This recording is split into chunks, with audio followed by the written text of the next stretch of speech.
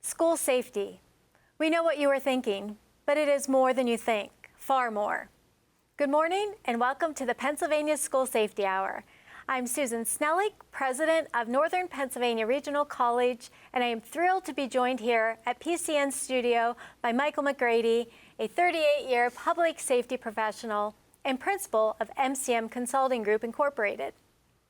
Today and every other Sunday at 10 a.m., we will be joined by researchers, safety professionals, lawmakers, school administrators, parents, and others as we explore a host of contemporary issues impacting our schools and children's safety. Well, the first thing that often comes to mind when we say school safety might be metal detectors, active shooter training, or panic buttons in the classroom. The Pennsylvania School Safety Hour will focus on evidence-based research that helps frame and inform the decision-making process used to ensure our schools support and nurture all children's unique qualities and interests, critical to every child's development and, by extension, school safety. Now it's time to get things started here on the Pennsylvania School Safety Hour. Before we do, if you have any questions about any issue we discuss here on the program, send them to questions@safetyfirsttv.com.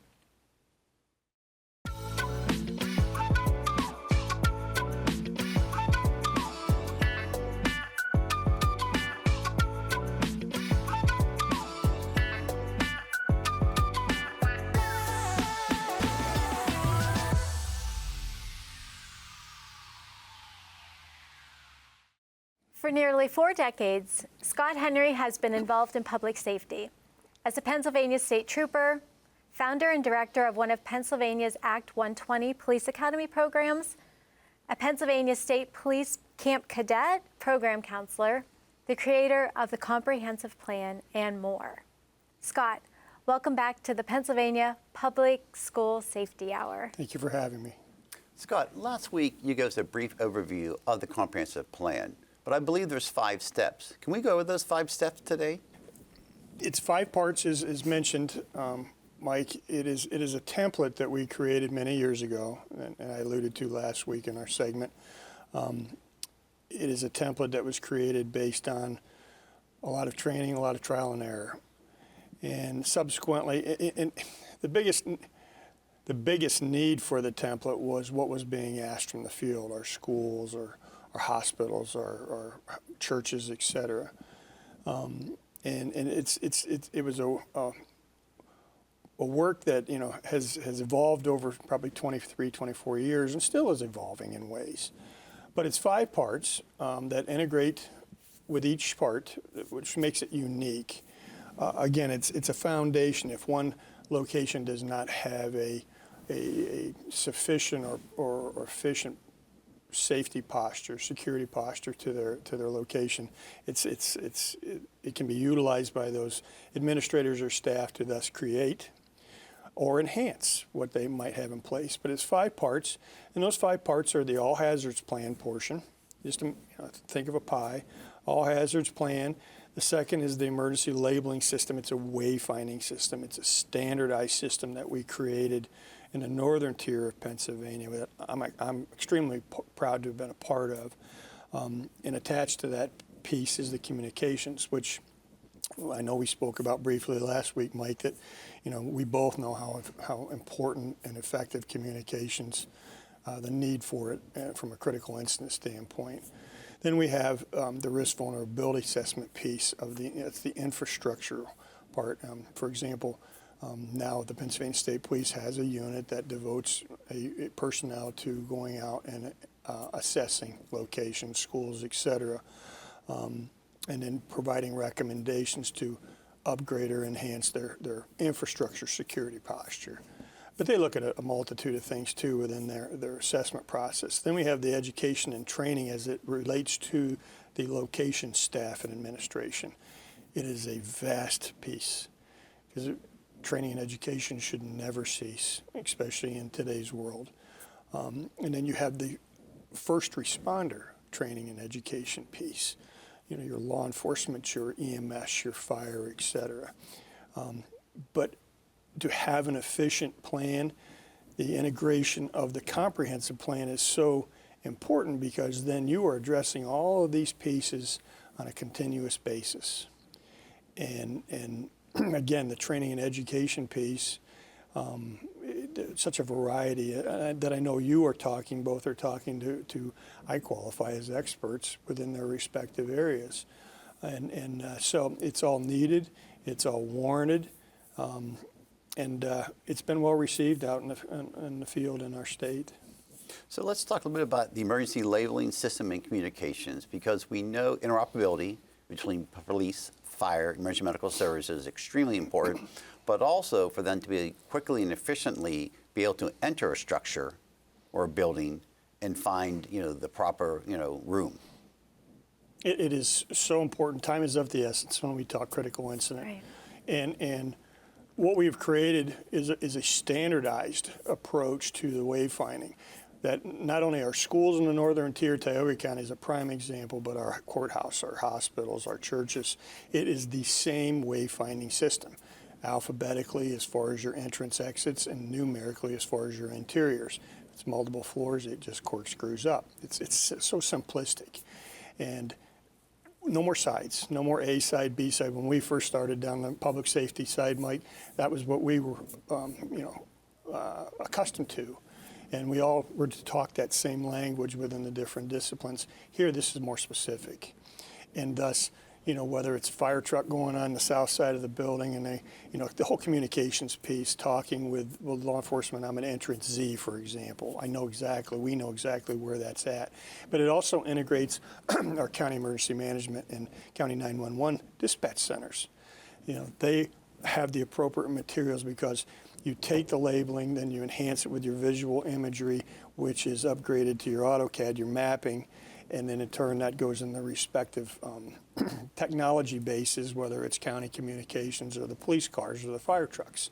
So again, from an incident command standpoint, it makes things much, again, more simplistic, more understanding of where we're at versus, I'm on the northwest corner, there's a bad guy, for example, in the second floor window. Okay, well, where exactly? I know where north and west is, but time, again, is the essence. But we teach our locations that when they have a critical incident, whether it's a student having a medical condition or a bad guy with a weapon, when they call that 911 center, then it's going to be bad guy just came through entrance C, he's doing what he's doing in hallway 3.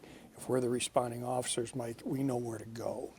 And it all integrates with, for example, the risk vulnerability assessment. We know where the fob points are. We should already have the keys, et cetera. It's so simplistic. And thank goodness, I unfortunately had 2 active assailant incidents in my career as a state police officer. We have not, fortunately, since we implemented the ELS in the northern tier, had to use it in that sense, but we've used it for fire and EMS, and it works so smooth. So this way, the 911 call taker, so when they're getting the initial information, they'll know exactly where to send the police, the fire, the EMS. Yes, sir. And that same information can actually be sent out to the field, so on their MDTs, so they can see exactly where they're going. Yes, sir. And they can take it a step farther. If first officer on scene, in essence, of course, he's going to make initial response, but he could be the ultimate incident on-scene commander. Well, he's going to have the maps and the pictures and everything within his, if he has those capabilities in his patrol unit, he can see everything. He can literally conduct business out of that cruiser. And I think that's important, because sometimes when you do have a large-scale incident, whether it's a fire or something else happens, you can have multiple units from multiple disciplines from multiple counties showing up at the scene. That's such a valid point, your multi-agency response. And this is a system, Mike, that takes 5 minutes to learn. That's all. So if you're coming from Bradford County and I'm coming from Tioga County, if we are aware of the system, then we know how it operates. And that's how we're going to communicate, back to the communications piece. And it simplifies matters. It negates confusion. It negates waste of time. And I think we know that time is of the essence, Susan. So I'm curious, as the name indicates, it's a comprehensive plan. So it sounds like there's a lot of moving pieces and people who should be part of the development of the plan. Very much. So can you talk about like the who, like who's involved in the development? Certainly from an administration standpoint, let's use a school. Well, your superintendent, your administrators, your principals, your safety teams, et cetera, all have to be a part of this planning process, working in conjunction with county emergency management, their primary law enforcement, fire, EMS service. All of these people and folks have say in the development of whether it's the all hazards plan. They should be a part of the risk assessment. There are just a number of things that it takes a village, Right. and thus that input. And certainly when we think in the rural communities and where NPRC is so effective, Susie, that it takes everybody. You know, when we talk a critical incident, generally it's taking everybody from outside, you know, not only the county affected, but the other joining counties to have an effective response. Well, if we're all on the same page and the same sheet of music, well, then we can get the job done much more effectively and quickly. Alrighty. Yeah, Scott, thank you so much. It's really just been great having you here and learning more about the comprehensive plan. If you'd like to learn more about the plan, Northern Pennsylvania Regional College will be hosting several events focusing on the plan at schools and places of worship. So please look for more information on that.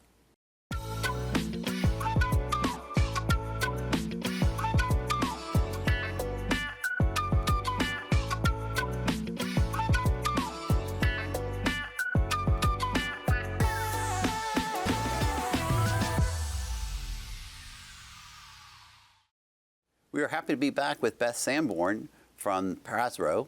Could you tell us a little bit about your organization and a little bit about yourself? Yes. So PASRO, the Pennsylvania Association of School Resource Officers, is a nonprofit organization, and we're comprised of really any stakeholder who's interested in the safety and the well-being of our students in our schools. So they encompass school resource officers, school police officers, school safety officers, educators, administrators, and all staff who work in schools, as well as government agencies who have an interest in school safety. All right, and a little bit about yourself. So I currently serve as the president of PASRO, so I'm a little biased and I'm a little proud of our organization. I'm also an instructor with NASRO, the National Association of School Resource Officers, and I serve as a school safety coordinator in Montgomery County, Pennsylvania. So not only does my work reflect my passion for school-based safety, but also in my volunteerism as well. So for those who missed last week's episode, can you tell us a little bit about what an SRO is and what they do? Yeah, absolutely. So they're sworn law enforcement who are hired by a government agency who work in collaboration with the school district. So most police officers got into it with a good mindset of wanting to help their communities. And when you work with kids, you have the opportunity to positively impact lives with every single interaction. So we get to serve as the law enforcement officers in the community. We get to serve as mentors and counselors, as well as public safety educators. So we get the luxury of time with our kids every day. We talked previously about some of the educational opportunities that your association offers for police officers. Absolutely. What we try to do is we try to keep abreast of all the best practices, whether it's through training and education or whether it's with products or whether it's with collaboration. So we partner with many organizations in the state, whether it's the Attorney General's Office for Safe to Say Something, or whether it's with NASRO, the National Association, or other school-based safety organizations to make sure that we're promoting the best educational opportunities out there. We may host 1-hour lunch and learns, or we might bring a vendor or a speaker to our conference so that they can educate those around us and make sure that we're doing what's best for our kids in our school buildings. Hey, thank you. Now, I know sometimes we get a little pushback for having an armed officer in the schools. You know, can we talk about that? Sure. I would say the pushback comes about if there's an ignorance as to who school resource officers are and how we're trained. In order to have a successful program, you want to make sure that that officer is specifically chosen, first of all, because you have to have the right person in the right job, right? So if you're squeamish around teeth, maybe being a dentist isn't the right career opportunity for you. So once we make sure that we have someone who is really vested in the success of kids and wants to see them succeed, that's the first step.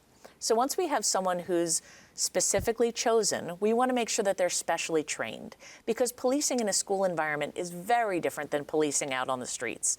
And you have to understand adolescent brain development. You need to understand de-escalation. You need to understand that sometimes kids do dumb things. And it's okay for them to make mistakes. We try not to make that a roadblock that interferes with their success. And then once we have all of those things combined, when we have that person who's particularly chosen and educated, then we make sure that they're properly equipped. It's awfully difficult to do a job if you don't have the tools necessary to do your job. And if you're working with kids in a school environment, some of the tools that you might need are a safe space like an office, an email address, a cell phone number, an office extension, making sure that you're part of the community so that the broader environment knows and understands that you're not an outsider, that you're part of the school-based team. Thank you. So we talked about soft skills. Can we have a little discussion further on that? Sure. If we're engaging in our conversation now, I don't suppose you'd like it very much if the next time you asked me a question, if I pulled out my cell phone and I started fiddling or scrolling. It's about making eye contact and really showing that you're engaged in what's going on. It's making sure that the person that you're talking with knows how important their conversation is. It's about understanding body language and personal space and distance. Making sure that if you are going to express a touch that you're listening to someone or that you're being empathetic or sympathetic in the moment, that it's appropriate. So some of those soft skills are really important for relationship building, but oftentimes are forgotten about. And yet that's what's most important with communication, is building that relationship and that rapport to know that someone feels comfortable enough to talk to you and perhaps disclose something that they've never shared before. And we talked about previously about parents and how they can be an ally for the school resource officer. Absolutely. Parents are part of the team just as much as guidance counselors are, as much as administrators are, favorite teachers and coaches. We all get to see our kids in a different light, and sharing that information with each other is truly critical if we want to put together all of those pieces, all of those facets to a kid's personality to be able to get that crystal clear picture. Don't be afraid to communicate with your school resource officer. If there is a police officer in your school, introduce yourself. Say hi, ask what their mindset is, what their ideology is, and I can pretty much promise you your school resource officer is going to greet you with a handshake and a smile and tell you how great their kiddo is. And you had talked about counselors, teachers, administration. That's all part of the school resource officer's team, correct? Absolutely. We all work together, whether it's talking to a nurse about something that we notice that's unusual. One of the things that I asked of my school community is that I could only be in one place at one time, which means I'm only one set of eyes and ears. But if you get everybody on the team together, you're now creating lots and lots of sets and eyes and ears. We all know what's normal for our school community, just like you can recognize which cars you're going to see in the parking lot when you arrive in the morning and who's going to be the last one to walk in the door at the start of the day. We have to know what's normal for our school community so that we can recognize when something is out of the norm for our school community, and then feel empowered enough to say something when we recognize that something is out of the norm. So a lot of what a school resource officer's job is prevention. Absolutely. We want to be proactive to prevent a problem. We don't want to have to wait until there's an issue where we need to respond to an incident. If we can get this safety net strong and get everybody on the same page working together, prevention is a much easier fight to fight if we're all working together. Well, Beth, thank you so much for being here today. We'll see you next time. Coming up is Lycoming County's District Attorney, Tom Marino, in full view.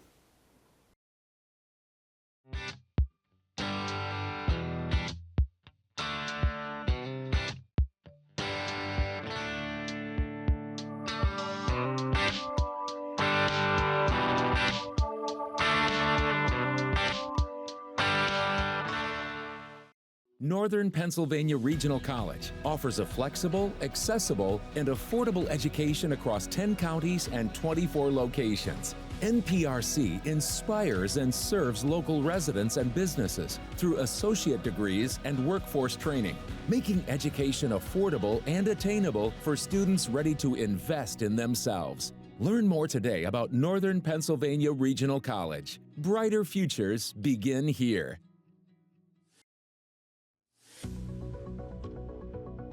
For 911 and emergency first responders, the difference between life and death is often a matter of time.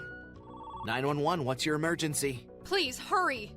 911 operators and emergency responders count time in seconds. For first responders, getting to the right address and precise location is greatly enhanced by ELS 911 Integrated Emergency Labeling System.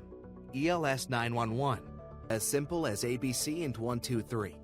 And for as little as $900 a year, your facility receives a professional wayfinding assessment, facility mapping update, 911 integration, and ELS 911 certification, demonstrating to stakeholders, insurers, and the public that you understand public safety is a matter of time.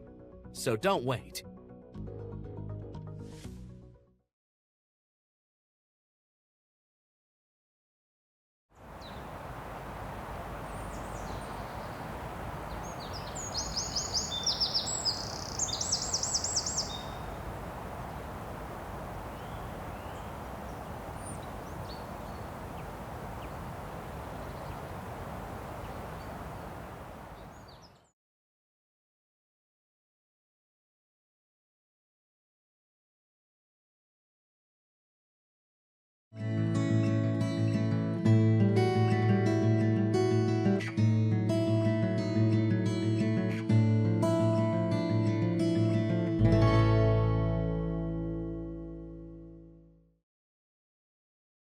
We welcome back Tom Marino, four-term district attorney for Lycoming County. On last week's episode, we had a great discussion about the rehabilitation center that you are in the process of having created. Can we talk more about that today? Sure, yes. It's instead of a juvenile detention center, we call it, or I call it, a juvenile rehabilitation center. And that's what the key word is, rehabilitation.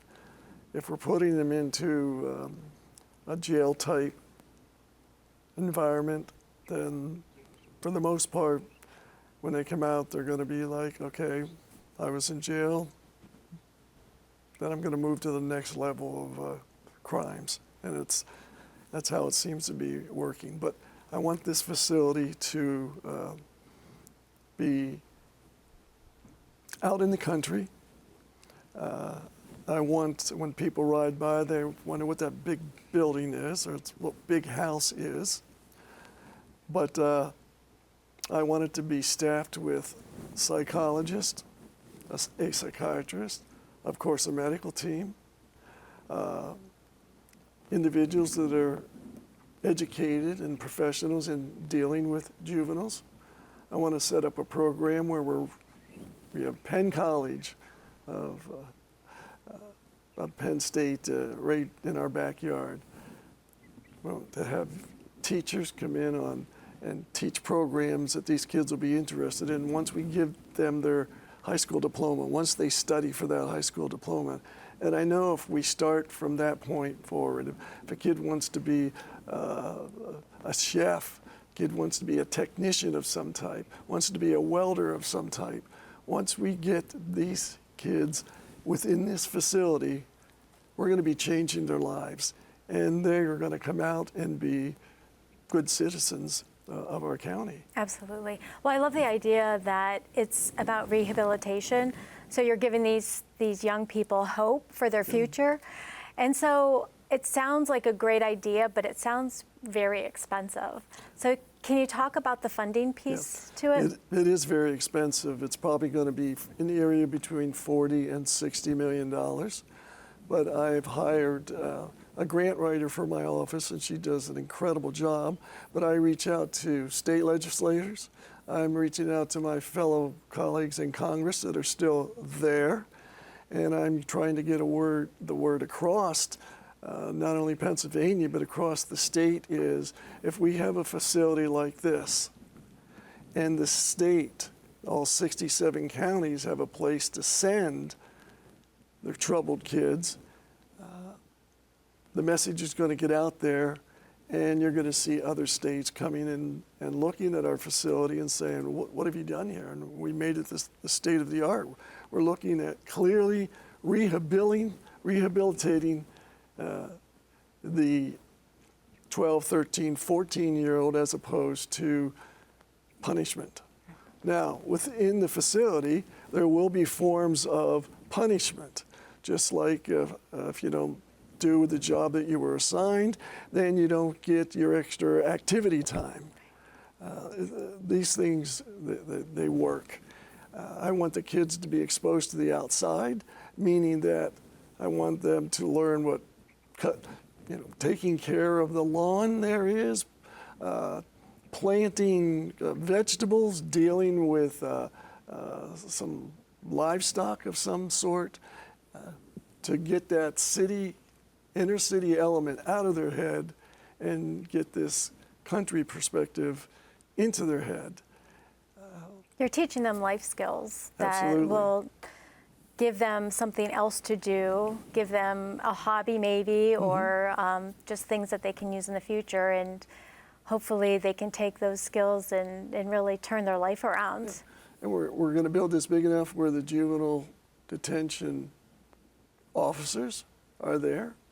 We're going to build a facility big enough where there can be counseling. And one of the things about putting these kids in counseling is I'm going to insist that, unfortunately, it may just be the mother or the father, sometimes it'll be both, but they take part in the counseling as well. And then we have to help the mother who is trying to raise these 3, 4, 5 kids on her own. And Tom, this actually will make the school safer in the long run, correct? Yes, because the 10-year-olds, the 11-year-olds look up to the 14-year-olds, the 14 and 15-year-olds they're sent here from Philadelphia by the adults because they know they're going to get arrested here in Lycoming County, and we're going to put them away as long as we can. So they send the kids in with guns, money, and drugs.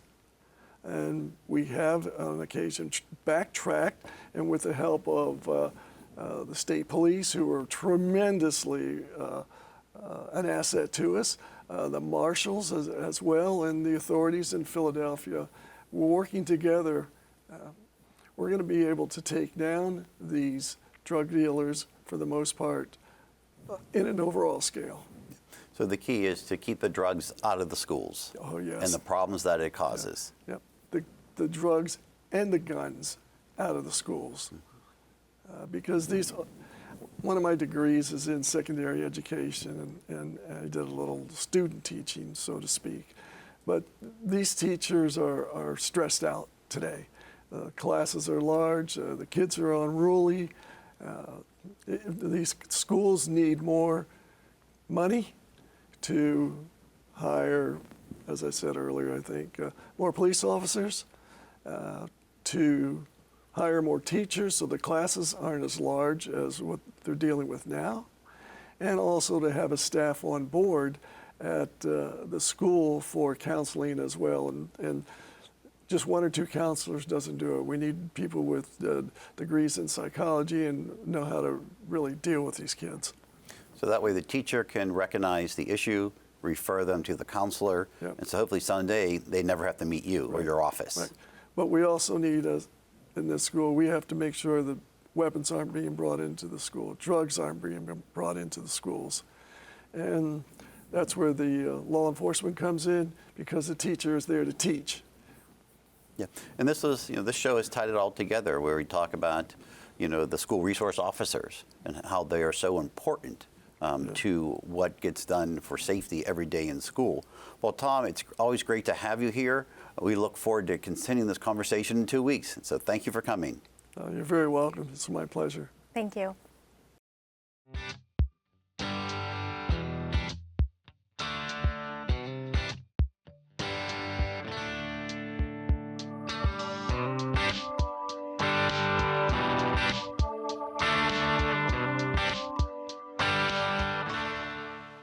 Northern Pennsylvania Regional College offers a flexible, accessible, and affordable education across 10 counties and 24 locations. NPRC inspires and serves local residents and businesses through associate degrees and workforce training, making education affordable and attainable for students ready to invest in themselves. Learn more today about Northern Pennsylvania Regional College. Brighter futures begin here.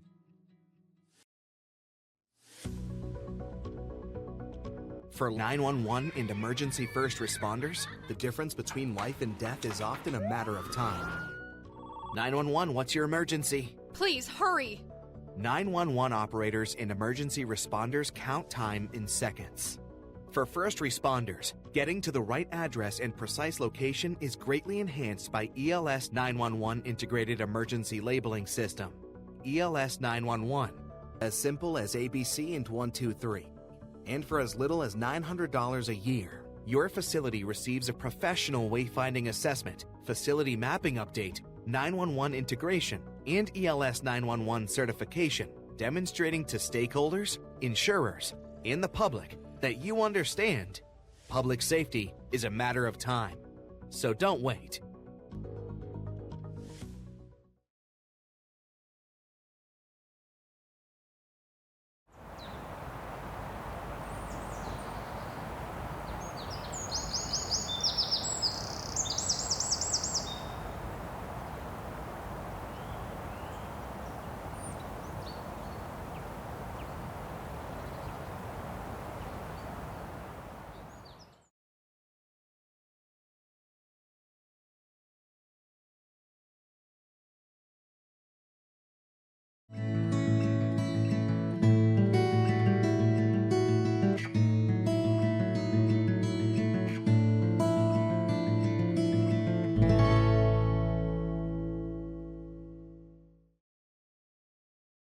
Welcome back. We are so happy to have with us Marissa Vasiri, President and founder of the Jana Marie Foundation.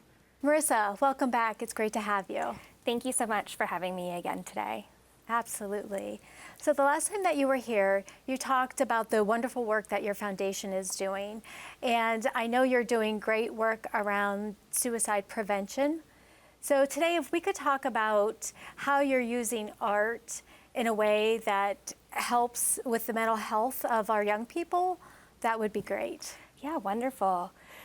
As I mentioned last time, Jana uses a lot of art and music and creative expression in our programs. And a lot of that was based off of Jana's ways of healing and where she felt really empowered.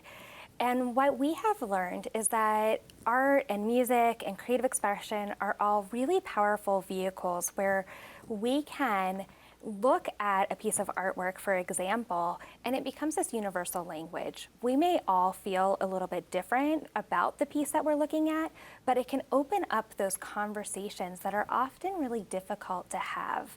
And so in all of our programs that we've created, we really emphasize that art piece. And it's not always about the finished product, but more so the production and the way that we can express ourselves openly and freely when we're creating. And then also with the finished piece, the way that we can start the conversations that come from it. One example of these programs is our Stompers Project. So we have worked with a team of artists to create 6'4" sculptures of people from recycled sneakers. So we'll do big sneaker drives, and then we'll get all the sneakers together, wash them really well, and make sure they're nice and clean. And then we deconstruct them. So we break them into pieces and parts.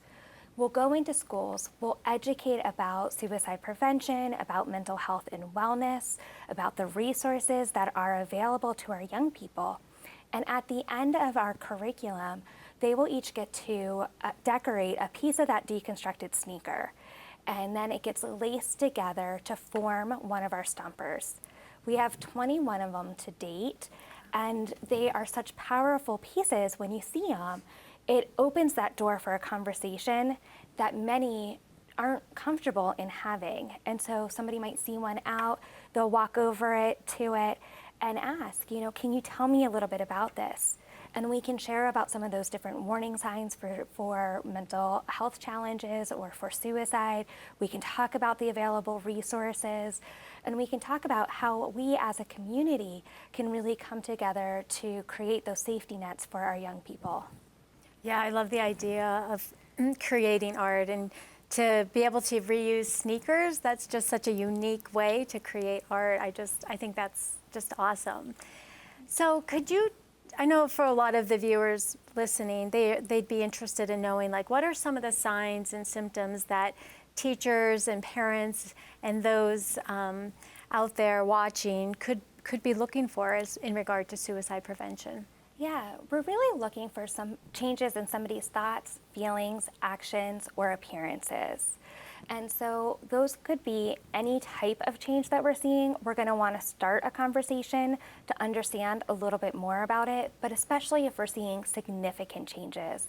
So if somebody is now having really heavy racing thoughts, they're having a really pessimistic view, a lot of self-blame, a lot of self-criticism, or maybe it's somebody that was coming to school, dressed really nicely, making sure their hair was combed, showering, taking care of their hygiene, and now we're seeing a shift in that and how those changes are occurring.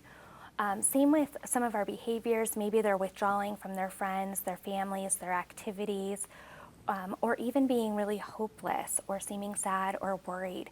So anything like that, we need to have a conversation with them and just start by asking, are you okay? Letting them know what you've noticed. So I've noticed these changes, and letting them know that you care. And then if that spidey sense is going off in us at all, if we're wondering about, are they safe? Are they having those thoughts of suicide? We need to ask directly, are you thinking about suicide? And then reminding them that there's help and there's resources out there. Absolutely.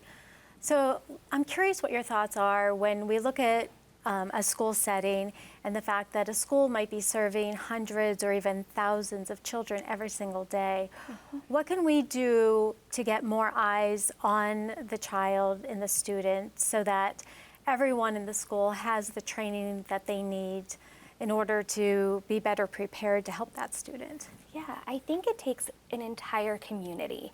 So we need to start with our educators, making sure that they do have some of that basic training. So evidence-based programs like QPR or Question, Persuade, Refer Suicide Prevention or mental health first aid can really help give us some basic information.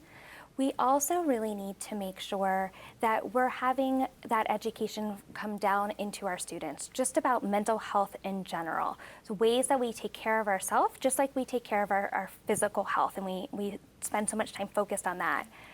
And we also need to create places where our kids can belong, whether that's through clubs or lunch bunch programs, sports and band, whatever it might be.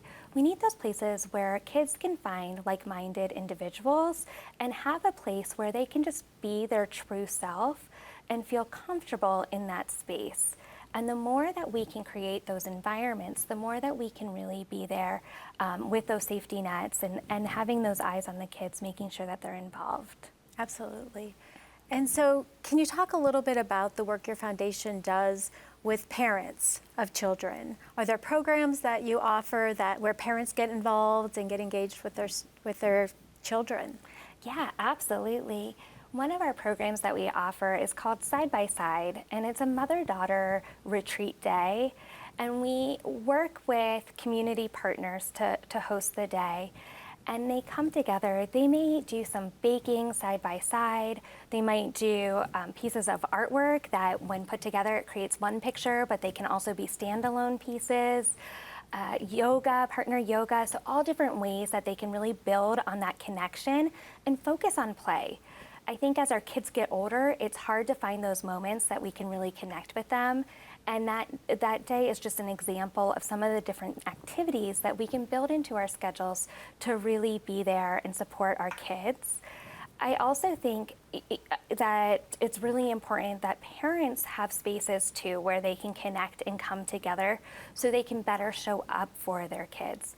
So we do a lot with Compassion Resilience as well, which talks about how do we set those healthy boundaries for ourselves? How do we still make time for ourselves as parents when we're trying to be there for our kid and advocate and be on all of the time for them? And so we found that to have a lot of success as well in our community.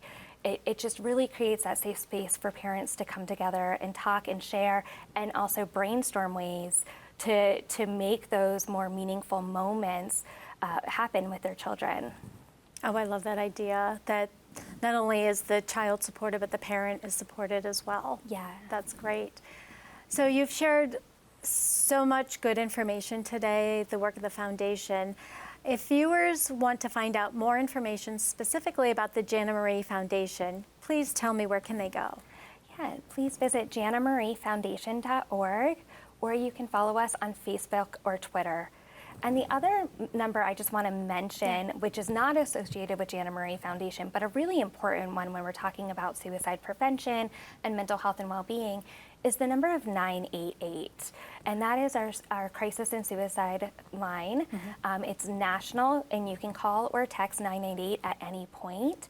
And somebody who is trained on the other end of the phone will be able to answer and have those important conversations with the caller and be able to share resources that are available for the individual. Oh, thank you so much.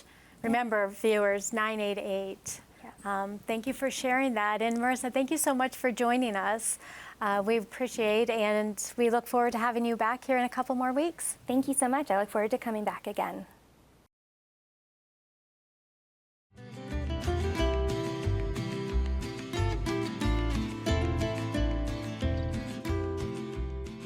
The Prevention Center here was really part of a transformative moment in the conceptualization of what prevention even is in the country.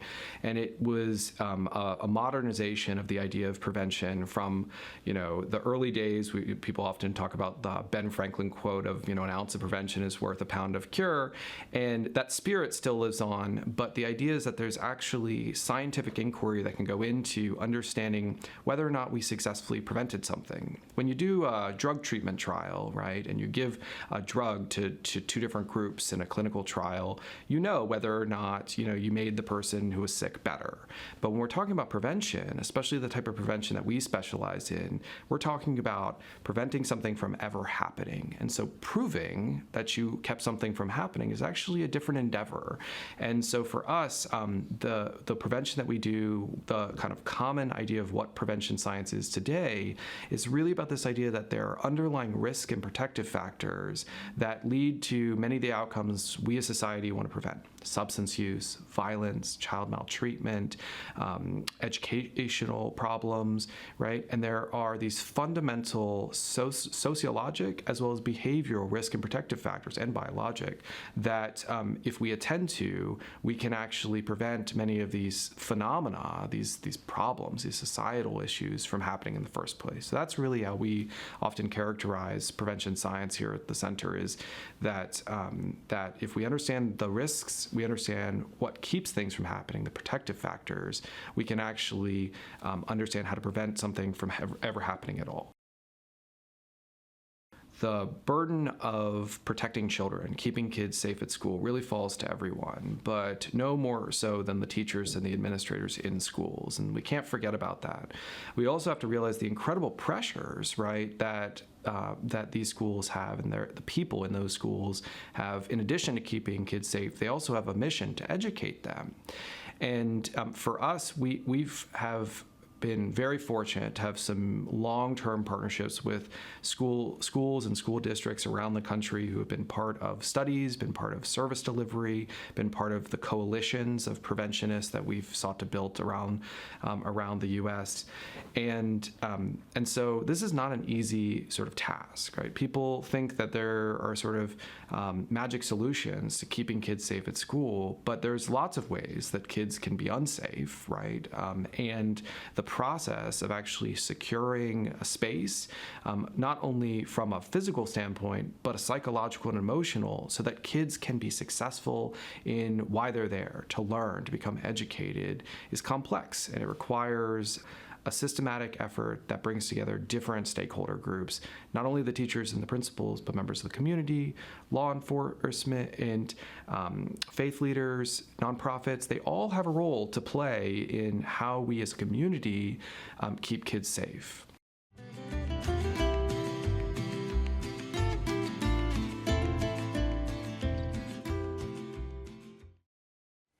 Well, Michael, another hour has passed, and episode 2 of the Pennsylvania School Safety Hour has come to a close. Remember, you can watch this broadcast on demand through PCN Select. Now here's this week's homework question. The State of Pennsylvania's Legislative Budget and Finance Committee is finalizing its review of school safety funding provided by Act 44 of 2018, which includes See Something, Say Something, and the Pennsylvania School Safety and Security Grant Program. Tell us something the LBFC could learn from your school's perspective about the Act 44 program. What worked? What didn't? How can our state improve policies and funding directed at school safety? Hand in your homework to homework@safetyfirsttv.com by midnight, September 14th. If we read your answer at the end of the next program, we will be sending you a Pennsylvania School Safety Hour coffee mug. Remember, coffee tastes better in it. For myself and Susan, thanks so much for watching. Join us again in 2 weeks right here for the Pennsylvania School Safety Hour on PCN.